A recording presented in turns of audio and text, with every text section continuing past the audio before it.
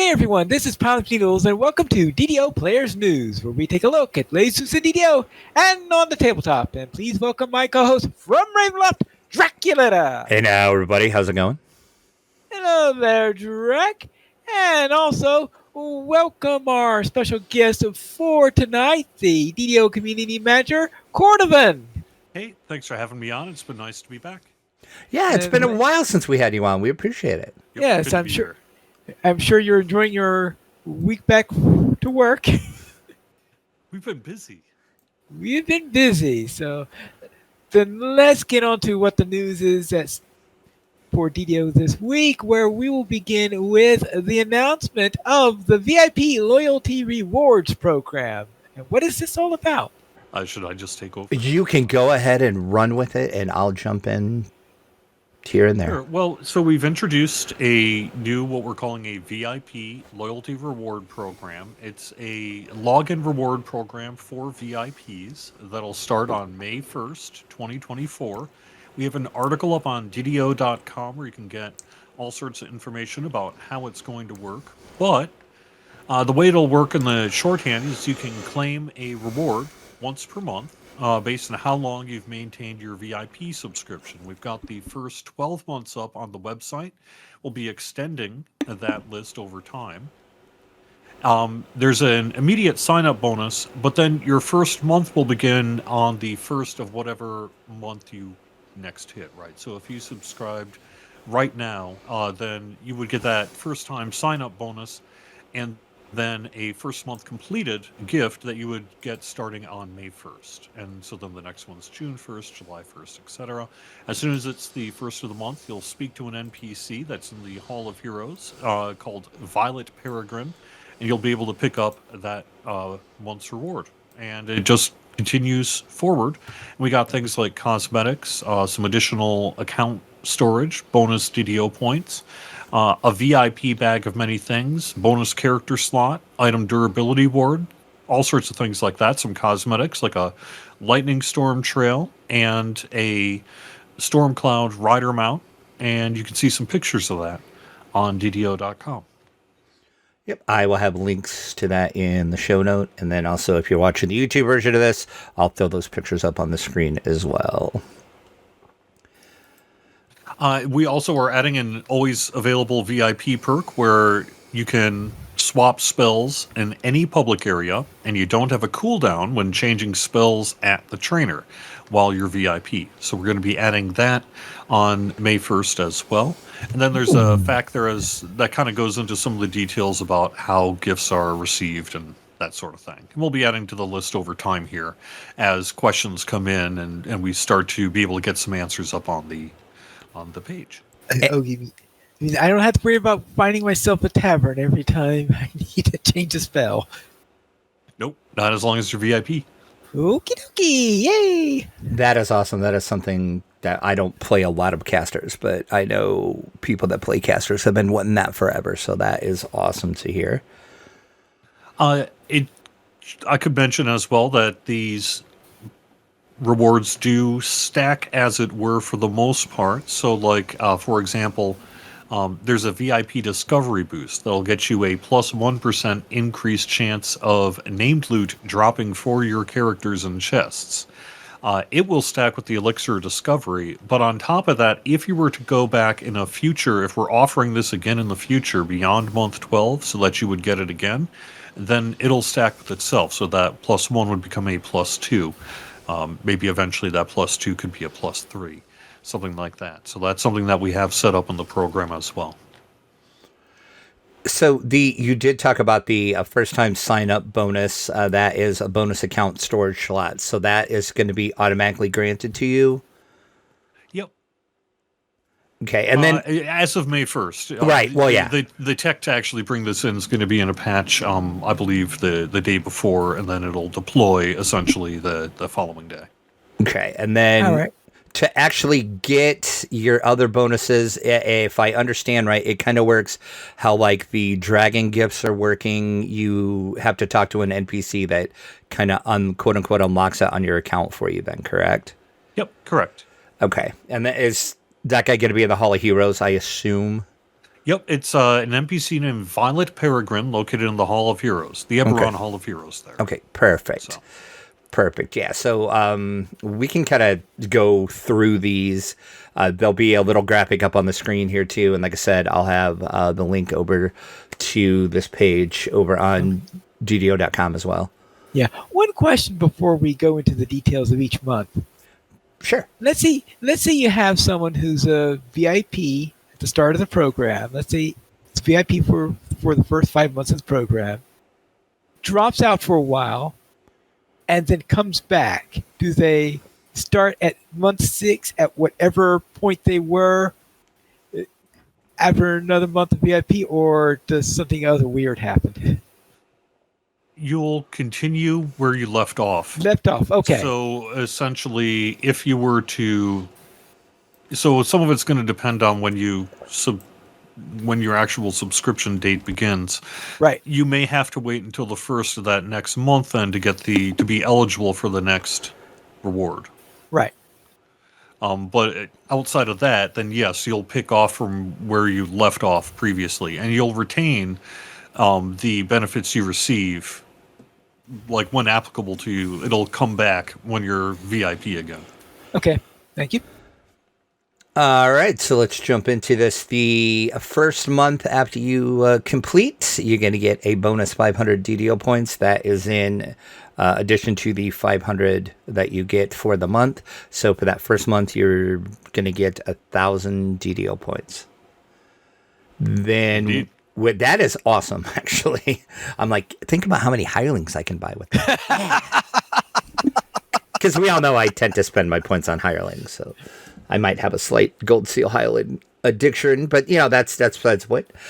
Then on your second month completed, you're gonna get the VIP bag of many things. You can choose one item from the bag for free: a raid bypass timer, a ethereal rush shrine statuette, a flawless Sybaris dragon shard that allow you to do the Fred feat swap, a sentient XP gem worth some amount of XP. Greater than 300. Greater than 300. We'll put it that way. Yeah, the page says 300, but I'll have to fix that before I leave today. I'll put that back worth sentient XP. Yeah. We went live with a number that was not in fact accurate, and we're going to adjust it. So insert number to be announced soon here. The Glamour Dust times 50, a Mirror of Glamoring, Omnispell Dust times 2,500, or you can get the Legendary Raid Bypass Timer. Yep. Then you keep rolling on with your VIP. You go into your third month. You're going to get a bonus character slot. Your game account is going to gain, just as it says, an additional character slot while you are VIP. This does stack. I need that. This does stack with other character slots. Actually, I think I could use this. Yeah. The key there is with this bonus character slot and with some stuff we're going to talk about later, you only get that while you're VIP. So if you drop your VIP, you will lose that character slot. Do you know what happens to like that character? You just can't play that character. It's just kind of like locked out. Is that what will happen? In the case of character slots, if you're over the limit, you'll select which characters you want to play. Okay. So, and that's, again, if you drop out of VIP, you will lose that extra slot that you got on that third month bonus. They're not like permanently unlocked though. You could swap and make another character active and stuff. Right. So. Okay. Then your fourth month, a plus 10 item durability award. It's going to give you a plus 10 chance to avoid item wear on all your characters while you are VIP. Oh, does that mean it's good for when you're being hit by slimes? It sure does. Rust monsters. Anything of the sort. Your fifth month, you're going to get another grab from the VIP bag of many things. So all the things that we just talked about. Now, is it required to be a different item or? No, you can pick the same item if you want. Oh, okay. Yeah, because like for example, you might be really into that 2,500 Omnispell cost. It's really sort of a universal spell component. You can think of it as, and so if you just want to pick that every time, that's fine. Okay, thank you. Then on your 6th month, you're going to get a Lightning Storm Trail. This is going to give you a cosmetic lightning effect on your character that leaves static behind you when you move. Note, this will not prevent, I should say, footprints from displaying. Oh yeah, I think my Storm Singers will love that one. That's the first thing I thought about when I see this. I'm like, oh, Pyleap's going to love this on his Storm Singer. And then that, once again, is kind of like the cosmetic slot. You will unlock that on your 6th month, but then if you drop VIP, you will not have access to that again, if I'm reading things correctly. I believe so, yeah. Okay. Then on your 7th month, you're going to get a VIP Artisan's Advantage. While you were Artisans. Wait a second. I'm sorry. You were just talking about the Lightning Storm Trail. Yes. Is that correct? Yeah. Yes. Okay, so we are not getting that by you being VIP. You do have to be a VIP and acquire this, but once you've acquired it, it'll be yours even when you drop your subscription. That's something we were able to announce actually today, in fact. Okay. Specifically related to the Lightning Trail and the upcoming mount that we'll be talking about. Okay, yeah, because the last I knew, those were, I guess I haven't looked on the forums lately. Sorry, I was literally That's distracted going in and editing out that 300 sentiment XP. I couldn't help myself. Refresh your pages. It's now fixed. No, so the 7th month, you're going to get the VIP Artisan Advantage. Artisan, sorry. I say Artisan. Artesian? There's a long story behind that. Okay, Artisan. Okay. Yeah, long story why I say it that way. It's kind of an inside joke.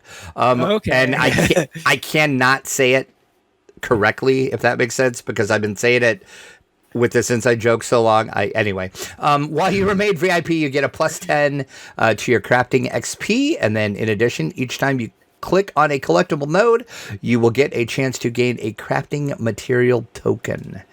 Okay, so this is the system that I never use, right? Yes, you don't craft. I dabble in it a little bit, but hey, Cordovan, what is that crafting material token? It's essentially a picker. Okay. And you'll get to pick different selection of different items. I assumed that's what it was, but I wasn't for sure. Okay. Then on your 8th month, you're going to get a greater VIP bag of many things. This is going to have you pick from one of the following: a heroic true heart of wood, heroic true heart of blood, epic heart of wood, plus 20 lesser heart of wood, iconic true heart of wood, the extended VIP elixir of discovery, that's going to last for 12 hours, or the VIP Sovereign 3 experience elixir will grant you plus 50 XP for 12 hours. That's percent XP. And then 9th month, a VIP discovery boost. You get a plus 1% increased chance of name loop drops for your character in chest. And as you said earlier, this will stack with the elixirs of discovery. Maybe I could get some named loot then. Ooh, what? No, not Yeah, exactly. Doubtful. Doubtful. The 10th month, you're going to go back into your VIP bag of many things again. Then on your 11th month, you're going to get bonus account storage slots, 5 more additional storage slots of shared account storage while you remain VIP. And then the 12th month for your year of VIP, you're going to get the Stormcloud Rider mount. It's a cosmetic mount that looks like you're riding a storm cloud. Well, that's going to look interesting. Yeah, it looks kind of cool from the picture that is up. Yeah, we've got a screenshot up ready for you. So, it's pretty interesting looking. I was like, before I looked at it, I was trying to picture it in my head, and thankfully, it's not what it was that I pictured. It looks way better what you guys came up with than what I came up with in my head. So it sounds like you're surfing. You're using a cloud to surf across the marketplace. That's pretty much it. Yeah, it's pretty cool. And then the cloud's got some little lightning coming out of it. So yeah. Yeah.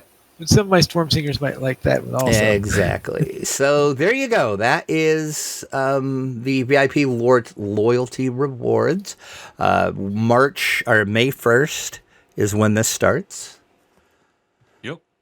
And then you would kind of said it earlier, but just to like kind of clarify, on your 13th month, there might be new things added into this. So it's Yes.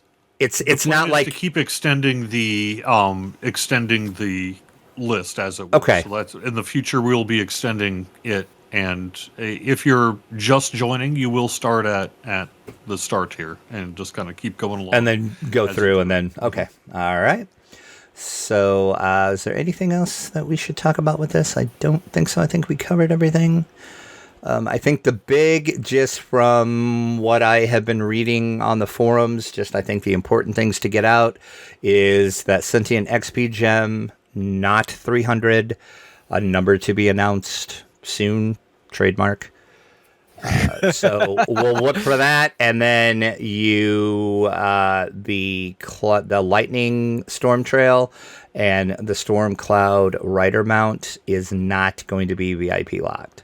So once you unlock that, you have it on your account. Correct. That's, I think, the important things that we need to get out that everybody can hear. All right. Is there anything else you want to add about this, Cord? Are we good?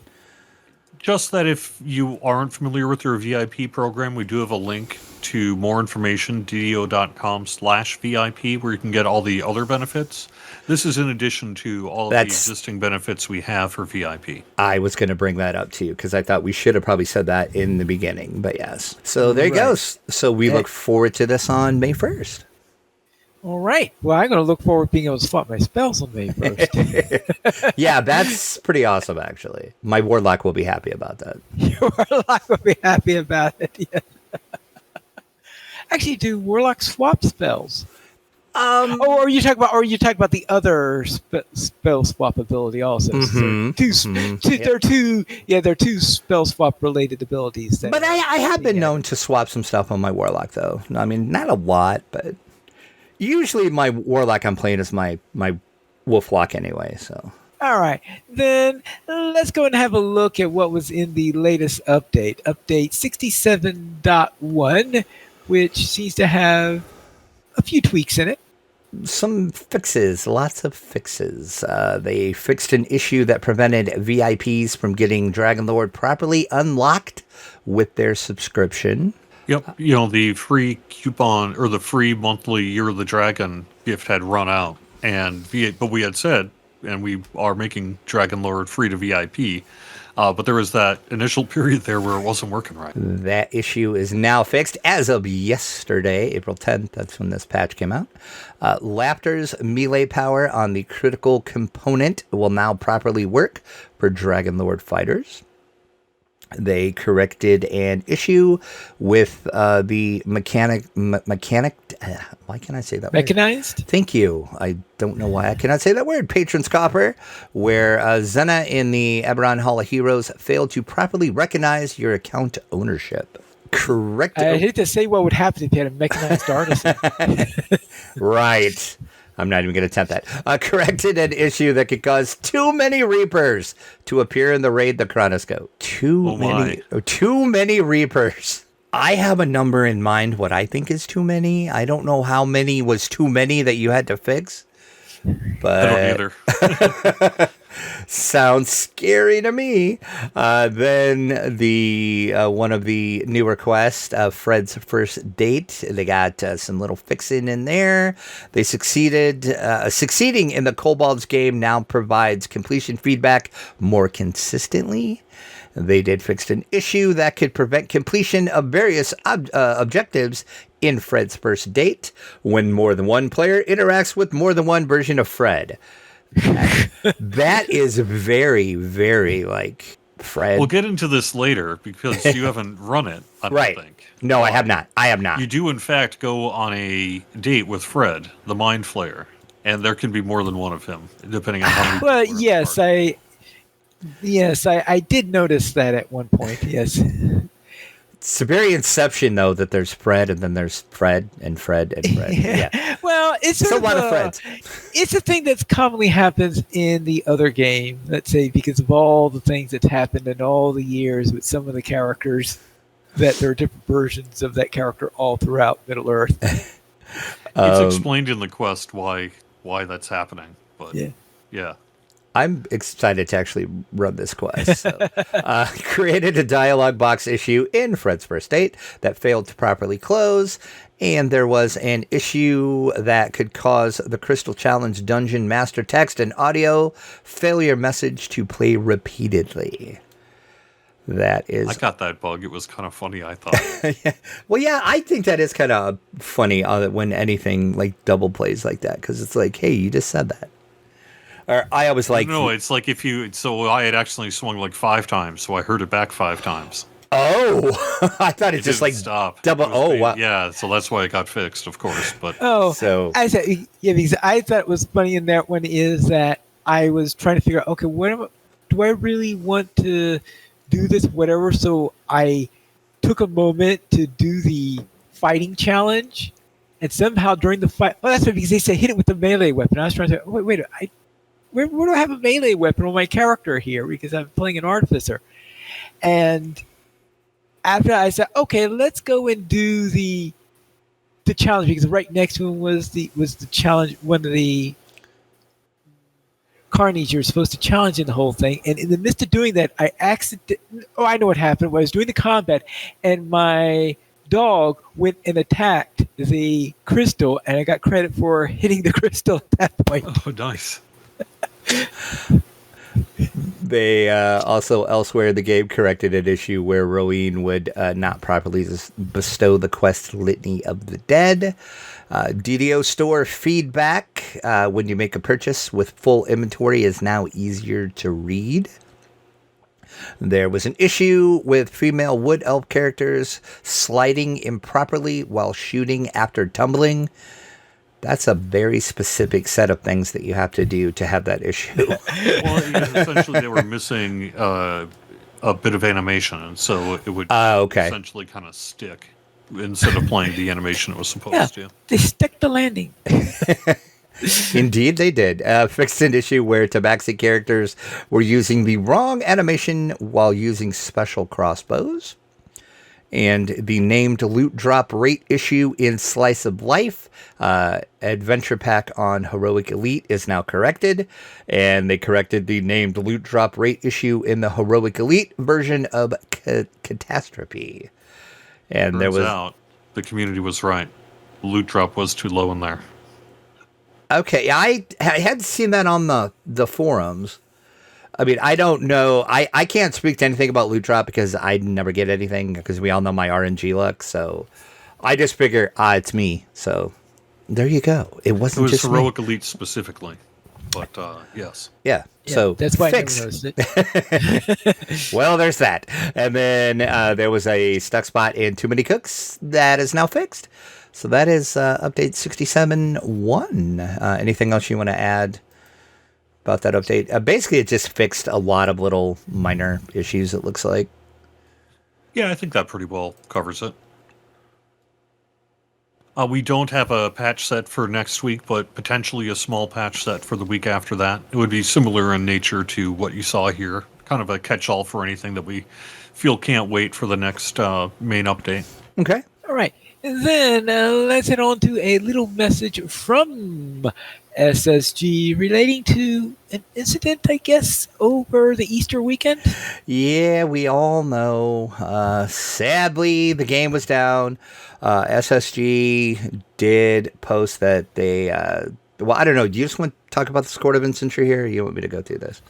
It almost feels like old news at this point. Right. But we ended up being down for a couple of days over the Easter holiday weekend, which royally sucked. I think that's an official phrase that you could use. Okay, there we go.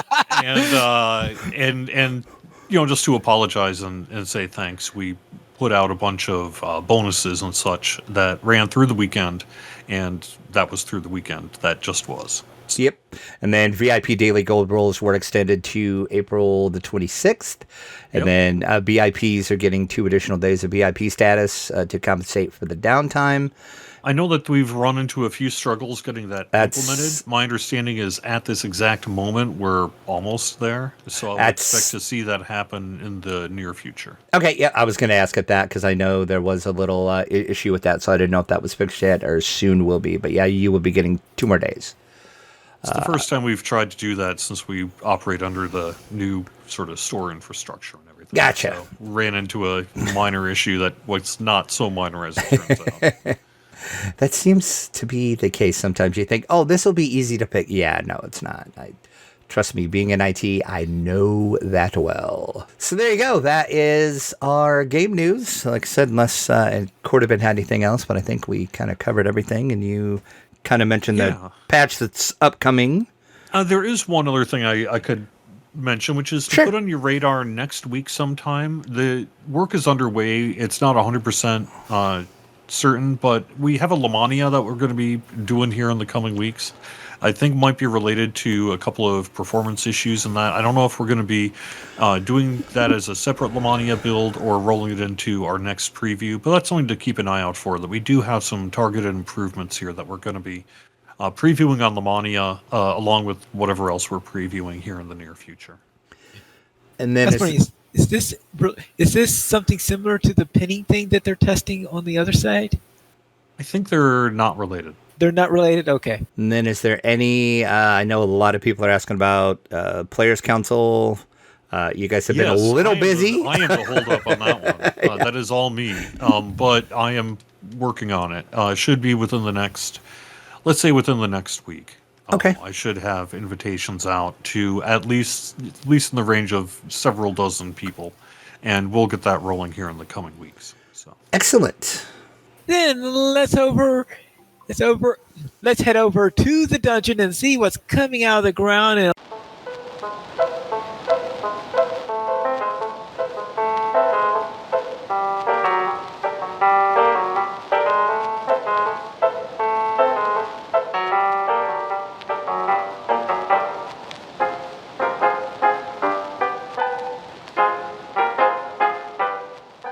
it looks like that WizKids is having a little series of D&D miniatures to celebrate the 50th anniversary of the game. Yeah, a lot of people are doing little 50th anniversary D&D things here and there. WizKids did announce they have the set. It's coming out. It's going to have 50 random miniatures in it. I mean, get it, 50 years, makes sense. They did announce some of them that will be in it. There is going to be everybody's favorite Vecna. Everybody's favorite Strahd is going to be in it as well. There's going to be some mimics, some pit fiends. Then they're going to have the iconic cover of the Fiend Folio.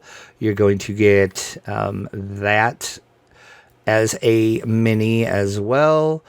Then they did say they're going to make this a little extra special, and they're going to put some, they didn't really say rare, but good luck pulling these out of a case is all I'm going to say about it.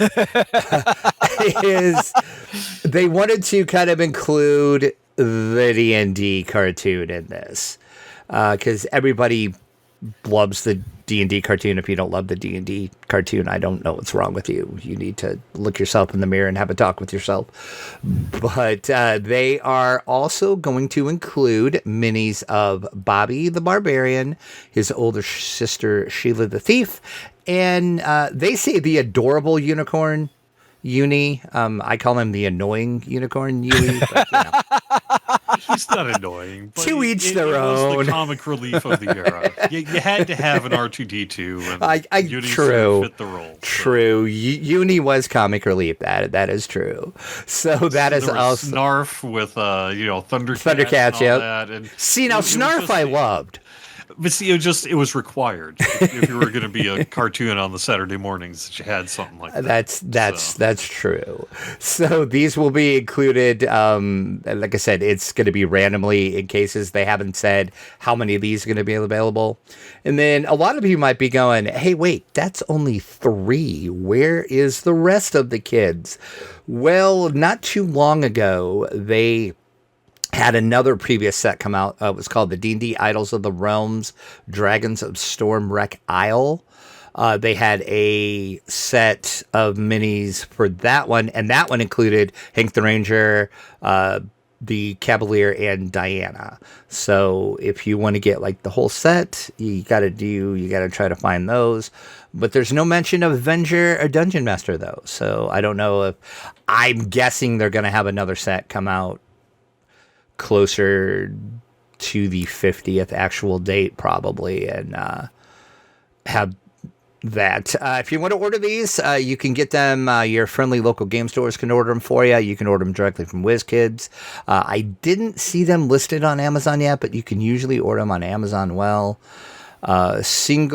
can get them in single boosters, or you can get bricks of cases. The single boosters are priced at $24.99, and the brick cases are $200 is the MSRP on them. So go over to WizKids or talk to your friendly local game store if you want to order these. I saw a set of the actual cartoon, like they've reissued the figures somehow somewhere. I was seeing a. Yeah, I think know if it's a Target or something like that. It looked really cool. Yeah, say Target. I have all of them, but Avenger and Dungeon Master, I couldn't get those particular ones because my local Target and Target online was always sold out on them. But yeah. So, and I'm guessing we're going to see a lot more stuff like this and a lot more figures and everything because there's a lot of people that want to get in on the 50th anniversary thing. So I'm sure. If you get these minis, though, if you get a full set like that, I bet that would be worth some money. Oh, I bet you they would too. Oh, I bet they would too. I know. I haven't looked recently, but maybe within the past month or so, the Hank Ranger mini from that last set, just the single Hank mini was going for $50 just himself. So I can imagine what like a full set would be. It would be amazing to have. I mean, I would love to have it. I don't know if I'll ever actually make it happen, but maybe I'll try. Now that we've looked into the dungeon, let's see what's on the tabletop.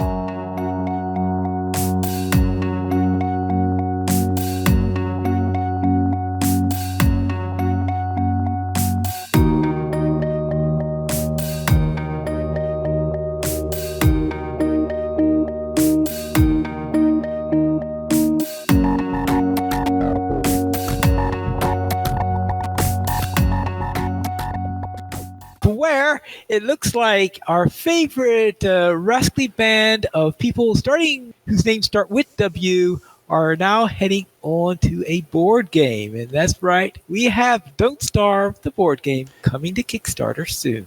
That was a very specific way to describe that, and only if you played the game would you understand anything you just said. Like, congratulations on that, Pine Lane. I was wanting to see how you were going to roll with that, and you didn't. Obscure. You did not disappoint, sir. So the people that made the video game aren't directly involved in this? They are to an extent. It's Glass Cannon Unplugged is the board game company that's doing it, but they are working with them on this.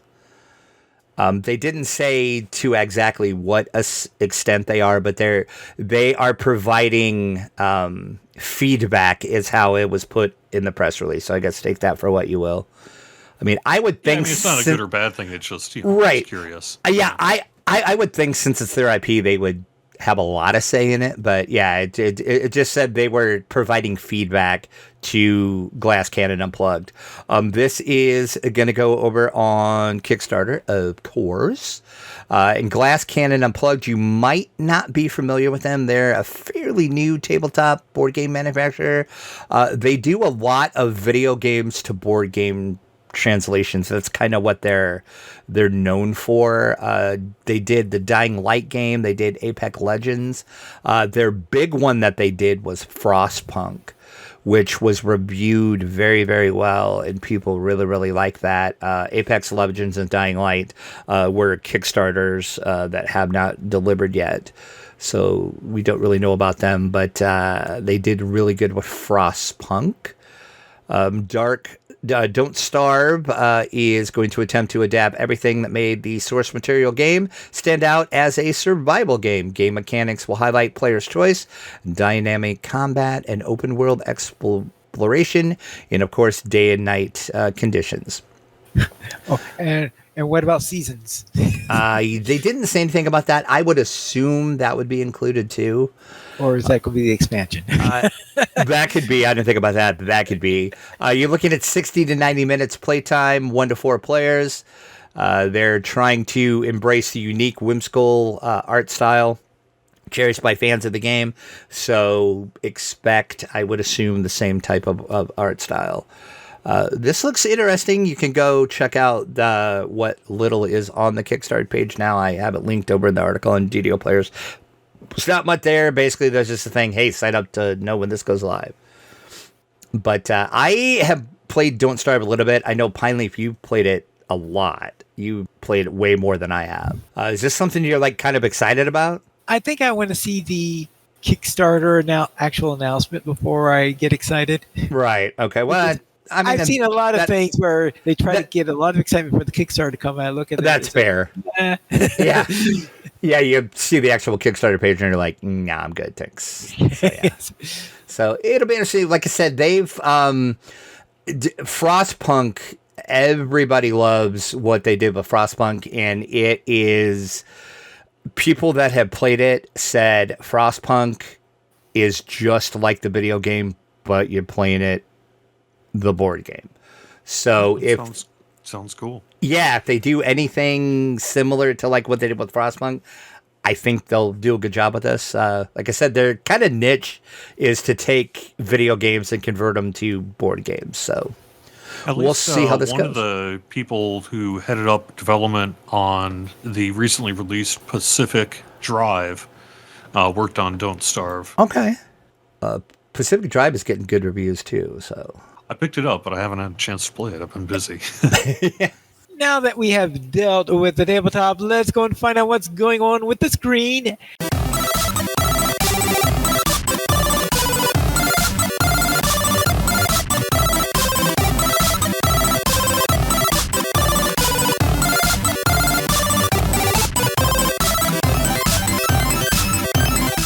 As we have the fishing horror game Dredge Movie is in the works.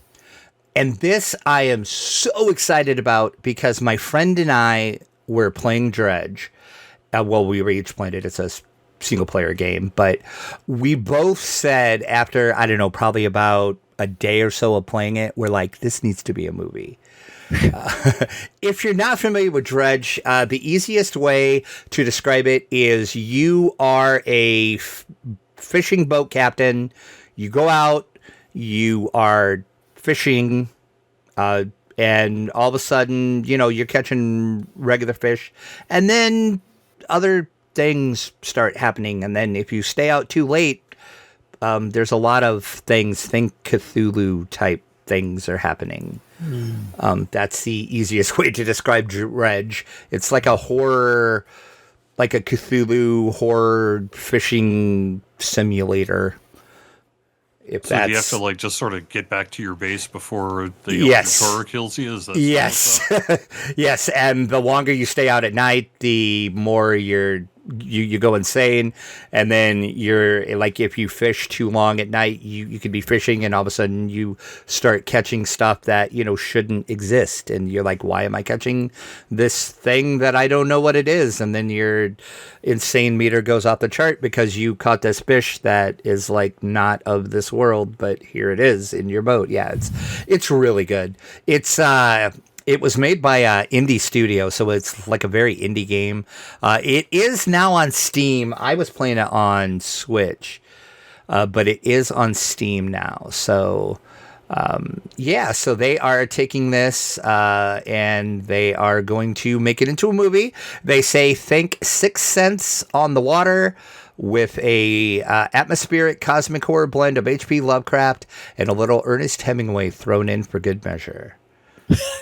Ernest Hemingway for good measure. So think H.P. Lovecraft and Ernest Hemingway, and that's gonna describe what this is. Let's give that a green light. Let's go. That's right. Let's go. Let's do it.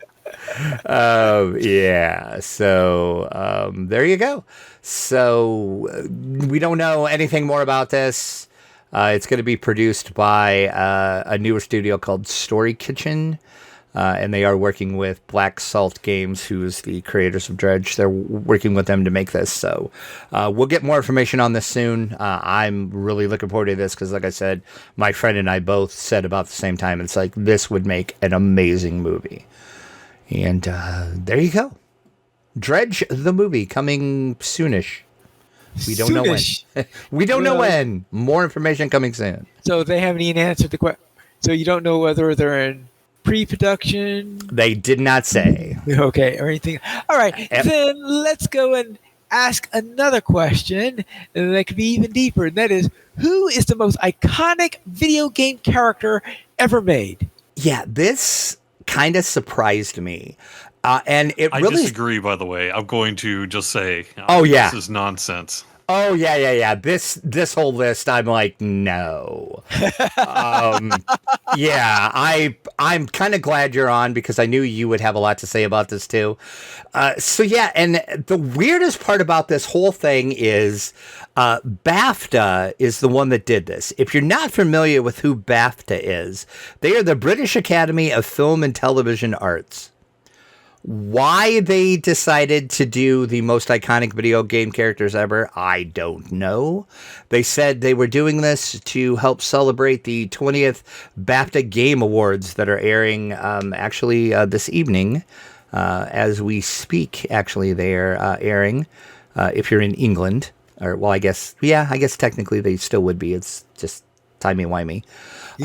So they engaged with over 4,000 players from all over the world to determine the top 20 iconic video game characters of all time. The number one voted character of all time was Lara Croft. Lara Croft. The correct answer is the number 2, which is Mario. Yeah, Mario sounds like someone who would be really, really I iconic. get this. According to the way those votes turned out, more people voted for Lara Croft, and so whatever, it's fine. That makes sense as a vote. But I think if you think about worldwide, you don't even know what a video game is. Are you going to recognize? Generally, Mario is second only to Mickey Mouse. Right. Coke is in there too, in terms of most widely recognized around the world. So, like, yeah, I know. I would have thought. I'm going to say it's got to be Mario as the correct answer. The only one I thought that could compete would have been Pac-Man.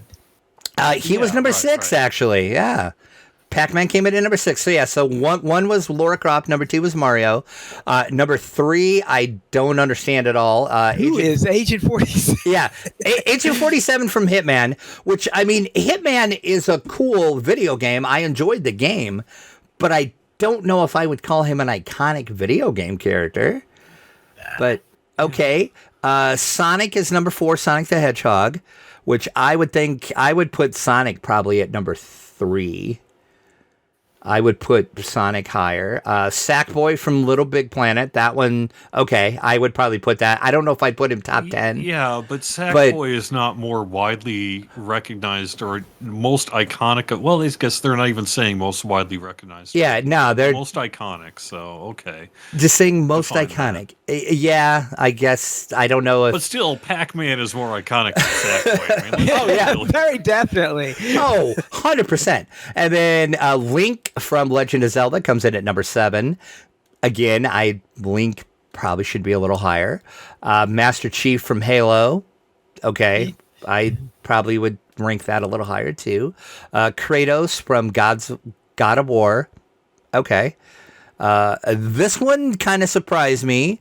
Shadowheart from Baldur's Gate 3, which is one of the newest video game characters that are on the list, actually.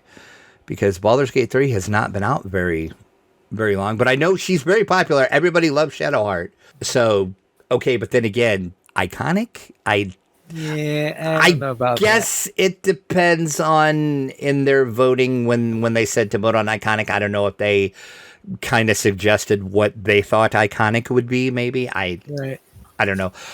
Red Dead Redemption 2's Arthur Morgan made the list at number 11. You know, Clint Eastwood, but a video game form. Exactly. Right. That's exactly what Arthur Morgan is. Pikachu is number 12. Okay, well, that sounds like very...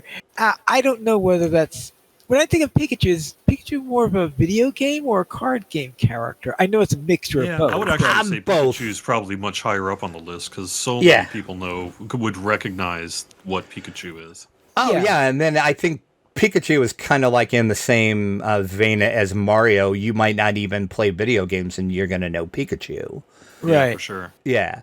And then Minecraft Steve comes in at number 13. Yeah, I mean, well, Steve isn't really all that strongly named because I mean, he's just Steve. Come on.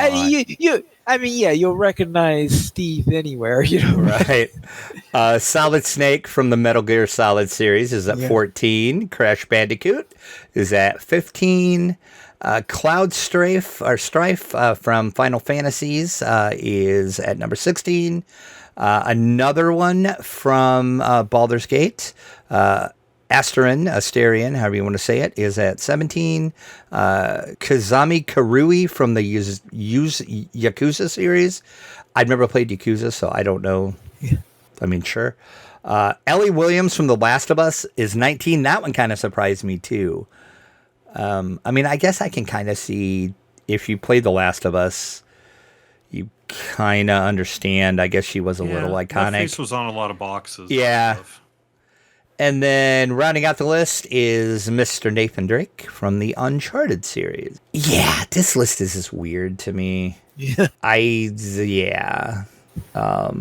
you go. According to the 4,000 people that voted, that's what they voted in, but... Okay, I would think that Mario and Pac-Man would be putting it 1 and 2. I definitely would rearrange this list. I'm going to put... I mean, Lara Croft is very iconic. I will say that. But more iconic world, like, of all time, not more than... I mean, I would put her in the top 5. Yeah. But number 1, I mean, I love Tomb Raider, and I love all the Tomb Raider games, but yeah, I don't think I'd put her at number 1. But I'm actually going to probably move Pikachu way up on the list, because I think you're right. Pikachu crosses over even outside video games. Cause, heck yeah. Yeah. So, yeah, I don't know. Maybe for fun, I will rearrange this list in my order and post it up on the site. And then if you have any suggestions, email us, podcast@ddoplayers.com, or respond to the... We can mail it to the BAFTA and tell them, hey, by the way, this is what the real list should be. Your list was crap, BAFTA. This is the actual list. Now, we expect a repost of your list and a very strongly stated, we are sorry for the crappy list we put out. So there you go. Yes, that is the list of the most iconic video game character. I'm looking at this picture they have of them and seeing how many of them do I actually recognize enough in order to... I mean, I recognize Lara Croft, recognize Mario, Pac-Man. Even though Steve is this tiny, tiny, tiny one in a corner over here, I recognize Steve. Oh, I didn't even see him over in the corner. Yes. I mean, they really hit him. Yeah, they did. Then, we got Pikachu in the upper left in there. Yep. And it looks like we got Sonic right next to Lara Croft and Link next to that. Yeah. So, but then, sorry, but there are a lot of the other ones I said, who are they? Who are those people? Yes. That's how I kind of felt about this list. Who are these people? Yes. Let's then head into our weekend gaming.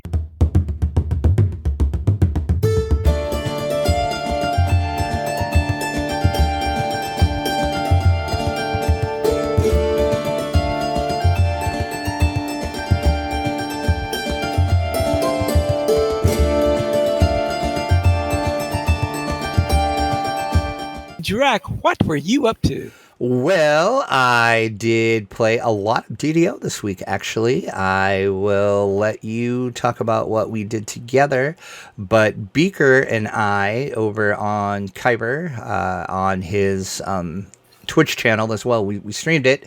We do a stream that he affectionately calls Cruisin' with Drac, because we just kind of take our time. We don't really zerg through the quest. We just kind of take our time, run through the quest. We're talking about this, that, and the other. You never know what we're going to talk about. If you never watched one of those streams, they're pretty interesting. Just not so much the gameplay. I mean, well, the gameplay is interesting too, but just what we talk about is, I think, the most interesting part of that stream, because you never know what topics we're gonna throw at each other to talk about. But we did what we decided about halfway through to call classic tabletop D&D night. We played Temple of Elemental Evil Part 1, and then we did White Plume Mountain. So that's what we did. Taking your time in TOE Part 1 may take some time. How long did it take you? We were in there, I don't know, maybe about 30 minutes, maybe? That's not bad. Something like that, yeah. Neither one of us has done it a lot since you guys redid it. And it's like, I was like, oh, I know where we need to go. And then I would go there and I'm like, oh, that's not where we need to go anymore. And we need to figure out where we need to go now. So, yeah. So we were going to do part 2, but we decided we were going to save that because we wanted to go into White Plume because there was one of the named loot drops he wanted. I don't remember what it was now. He did not get it, though, sadly. Of course not, because he was with me. And just to point out, I did not get the bow out of the temple either, which, of course not, or the pet collar, which I'm trying to get. I want the pet collar out of the temple, but alas, I've been eluded yet again. And then we played with Pine Leaf. I'll let him talk about that. Board game wise, I went over to my nieces and we played a couple board games. We played the Scooby-Doo board game from Come On. It is you pick your monster that you're fighting. You do that randomly, and then you lay out the board, and then it kind of reminds me of, and now, of course, the name is escaping me, the monster game from that just came out a couple years ago, the Universal Monsters game. Why can I not think of the name of it? But you have to go around the map, and you have to get different components that you need to finish traps off. You have to finish like 4 traps in order to like trap the monster that you're fighting, and you move, and then of course the monster is moving with you. It's a fun little game. And then we played a game called Bedlam in Neverwinter. This is an escape room mystery game that is set in, of course, the D&D universe and Neverwinter. You create a character, and then you are going through your maps, and then each map has like a number on the map, and then you draw a card for that number, and then it tells you what happens at that number, and then you might get a puzzle. And like the first puzzle we got was a puzzle card, and it said you need 2 other cards to complete this puzzle. So we had to explore around the map and get the other 2 cards that we needed. And then once you have those 2 cards, they will combine together, and you have to lay them out on the table, and then you have to figure out the puzzle. And then we got a clue. Guess I'm spoiling this a little bit. So if you want to play this, don't listen for about 20 seconds. The first puzzle I can remember, you get the cards, you have to lay them in order, and then it will form a wall that you have to knock to open a secret door. And there's other clue cards that you get that kind of clue you in on, oh, you have to knock number like 4, 3. I don't remember the actual number, but you have to knock 4, 3, 6, 7 the rocks on the wall, and then you look at that number, and that forms the number, and then you grab that number card, and then if you're right, it says puzzle solved. And that's kind of how the whole game is. There's different puzzles, and then one of them you had to trace a rune in the air with your fingers, and then you had to count how many fingers were sticking up and how many fingers were sticking down, and that got the number that you needed to solve the puzzle.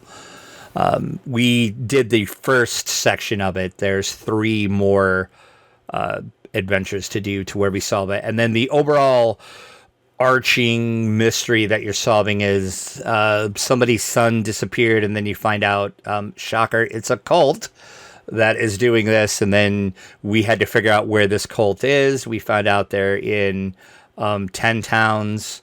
So we're having to go to 10 towns to figure out where the secret cult is. And then it's kind of there's kind of an overarching mystery that you're trying to solve. And then to actually finish the whole chapter, we had to pick the correct location of the cult's hidden base. And we had to do that through other clues that we got. So it's pretty interesting. It's a one and done game, unfortunately.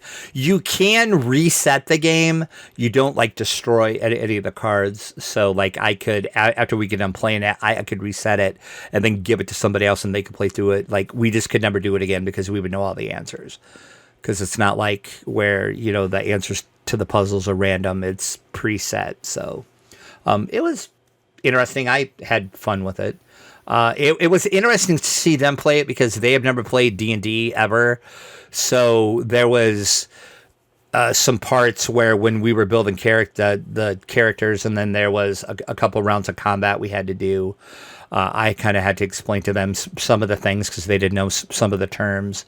It's not like real in-depth D&D, but there's like enough there. Like if you have D&D knowledge, you would know what like one certain spell does or whatever. They weren't for sure what that was, and I had to explain it to them. So I think some D&D knowledge would help. But I asked them, I said, as somebody that's never played D&D, would you recommend this to somebody? And they're like, yes, because we love puzzle games, we love escape room games, we love like mystery type games. So that filled enough of that for them where they enjoyed it, that it didn't matter to them that they didn't have a lot of the D&D knowledge. So that's something you might want to check out. Once again, it's called Bedlam and Neverwinter. It came out, I want to say, last year. So it's fairly new. So that's what I did in my week. How about you, Pine Leaf? All right, let's look at what I did in DDO. First off, I joined Draken Beaker in finishing up Threnol, and then we headed over to Ravenloft to pick up a little weapons. We went into the mist, picked up the weapons. Okay, so we finished into the mist, then we crossed into the wilderness area where someone, like shoves this weapon into your hand. So it's okay, that's nice. Such a friendly little guy. You first walk into Barovia and he's like, here, have this weapon. You're going to need it. Good luck. Are you going to need it? It's certainly a much better weapon than someone sticks into our hand when we go into do Dolores 2. Yeah. The club. Oh, yeah. Yeah, it's the Mystery of Dolores 2, and then we get the Holy Club for the missing party, which the only advantage that weapon has is that it's a holy one. But we just got a holy one in Ravenloft, so we were all set for that without having to worry about using the worst club ever invented in D&D. Then I went on a little date with Fred. And with that Mind Flayer Fred. So this was solo in here, and this is a bit of a strange quest because all the things that happen into it give you the vibe of a solo quest. I know it's built for multiplayer and all that stuff, but it has very much a solo quest vibe because of the nature of the whole thing. And then I get to this boss fight, which happens suddenly, and you are the one who's getting all the attacks. Fred doesn't participate in it at all, and I'm just pounded out to death by these three people here who are very, very, I don't know, they seem to be a lot more powerful than I had a level 20 character going through here, and I was running this at level 18. And I was just pummeled by them. And I went, okay, great. I was on this date with Fred. He just jilts me and stands there in a corner as I get pummeled by a friend of his. Thank you, Fred. Fred would. Why would he mess with little morals problems? You can handle that. Come on now. Well, when I came back in, I had to be a little bit careful. Okay, fine. Yeah, that fight can be a little tricky, but it is one of the few bits of combat. There's a little bit of combat in it, but not much. Yeah, but that's a very, very tricky combat that's way at the end. And especially since all the dialogue makes it sound like Fred is participating, that he was mainly trying to hit Fred and all this stuff. Fred didn't even go anywhere near the combat. He's no dummy. He's like, ooh, they're fighting over there. I'm staying over here. Now, it didn't help that the panther that I had with me, the alabaster cat. Mm-hmm. The alabaster cat got stuck inside of because there's this grating in front of the restaurant. And so the cat got stuck in the grating and couldn't get out of it. So therefore, I didn't even have the cat along with it. So it was probably pushing up the power of the NPCs and not helping me in the slightest. So that didn't help me in the least either. So yeah, I said, all right, what am I doing here? Anyway, I did manage to get back in there. This time, I made sure I had the cat summoned before I went to the courtyard. But boy, those are very fast ones. And I think if it was a tradition of DDO to reset the hit points the way they do in Lotro, then I'm not too sure I would have ever gotten through that thing. But I did get through it in the end and finish that quest. Before you move on, I have to talk about something that happened when we were playing with Beaker in Delara's Tomb. Okay. Something has happened that I think everybody in our audience is going to be shocked that this turn of events transpired. Yes, but when you consider the relative level difference of what we were doing, it doesn't matter. Pine Leaf, our Pine Leaf did a quest on hard. Oh, okay. This was on hard. Okay. I was so shocked because I have I've always tried to tell, like, we can handle this on hard. We can do it. He's like, no, I'd rather do it on normal. No, I'm like, cool. I'm fine with normal. It's fine. He said, well, we're kind of over level for this a little bit. Let's try this on hard. And I'm like, who are you? You are not Pine Leaf. I don't know who you are right now. It's a level 6 quest. We were level 10. So push it up to 7. I was just like, I can't wait to talk about this because people are like, Pine Leaf played a quest on hard? What is going on? The world is askew.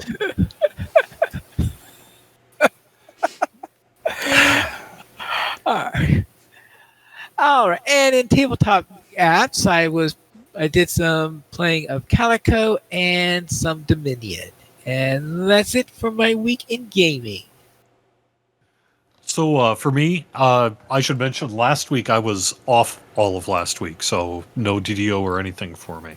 But what I've been doing of late mostly is running on Orion on a level capped character. I'm getting my gear worked up a little bit, getting some Reaper XP. I'm typically running quests on either Epic Elite, Legendary Elite, or Reaper 1, 2, something like that. That's the range, depending on the quest. And so just picking up a little bit of Reaper XP while getting some loot and things like that. On the new quests here with Update 67, I've run them all. I like them. I like Too Many Cooks a lot. I like the Haunted House renovation one a lot as well. And so I've been really digging that. And that's mostly what I've been up to. That, and I've been doing the Vecna saga for cards, curse cards. But those are the two main things I've been doing in terms of gameplay in DDO. That, although I've also had, I should mention, speaking of loot luck, last time I live streamed, there's a reason I do daily dice on the live stream. And one, people like to see it because it's just got that little, ooh, what are you going to get? But also because it seems to get me really good luck. And I did indeed have dev hacks again most recently, where I rolled my gold daily dice and I got an iconic True Heart of Wood, a stone for 10,000 XP, a greater Slayer count boost, and a fast Nightmare mount. Mm-hmm. Yeah, I saw that. Yep, and so I thought that was pretty amazing, and I just wanted to call that out. That was just, I was like, oh my gosh, this is why there are conspiracy theories. But just to put it in perspective for Pine Leaf, the Nightmare mount that you get out of the gold roll is DDO's version of the red skeleton painted horse for me. So meaning that you'll never see it unless you get a pick 'em out box. Exactly. And thank you, Standing Stone, for that. Actually, we just recently got one out. I actually got one now, so. But that's not all. Yeah. I am ready tomorrow for my noon live stream on DDO stream on Twitch. That with a new weapon. Because I had brought what was my cleric Dark Apostate, I reincarnated over into a Dragonlord fighter, and I've been rolling with the Dragonlord thing for recent weeks. I'm using a longsword. It may not be the most ideal weapon to be using for me, but I'm sword and boarding it, and I'm using a longsword, and I've got the feat that gives me a little crit range boost there and things like that. So I've been kind of using longswords, and I just recently picked up a brand new one, which is the legendary swordfish from the new quests. Nice. And I look forward to showing people what it looks like on the stream tomorrow, because it looks like a fish. Looks like So I will be a tabaxi wielding a fish. That is pretty dang epic. Yeah, I thought so too. So pretty much perfect. That is perfect. The only thing I'd mention in regard to tabletop is PAX East was a couple of weeks ago, and I did, as always, save a little bit of money to go to the tabletop gaming section there and check out all the stuff. And I picked up a really cool 2-player board game called Tokaido Duo. It's a special 2-player version of the wider game for multiple players called Tokaido. And Didn't know they had a cool 2-player. game. Yeah, I hadn't either. That's why I picked it up, and it's absolutely fantastic. The original board game is also really good. It's got like kind of a peaceful sensibility about it. Mm-hmm. But mechanically, it's pretty interesting, where you're on an island and you're going around a board on the outside. There's a second person who's going around like these trade routes, and a third person who's sort of playing in the spaces. And you control all 3 characters.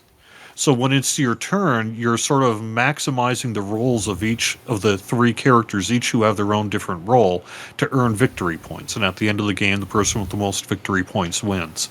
But it's got this really cool mechanic where you're just sort of rolling action dice and then assigning action dice to the various characters. But you're always swapping, because when you roll 3 dice, you pick the first dice, the other player picks the second, and then you get the third.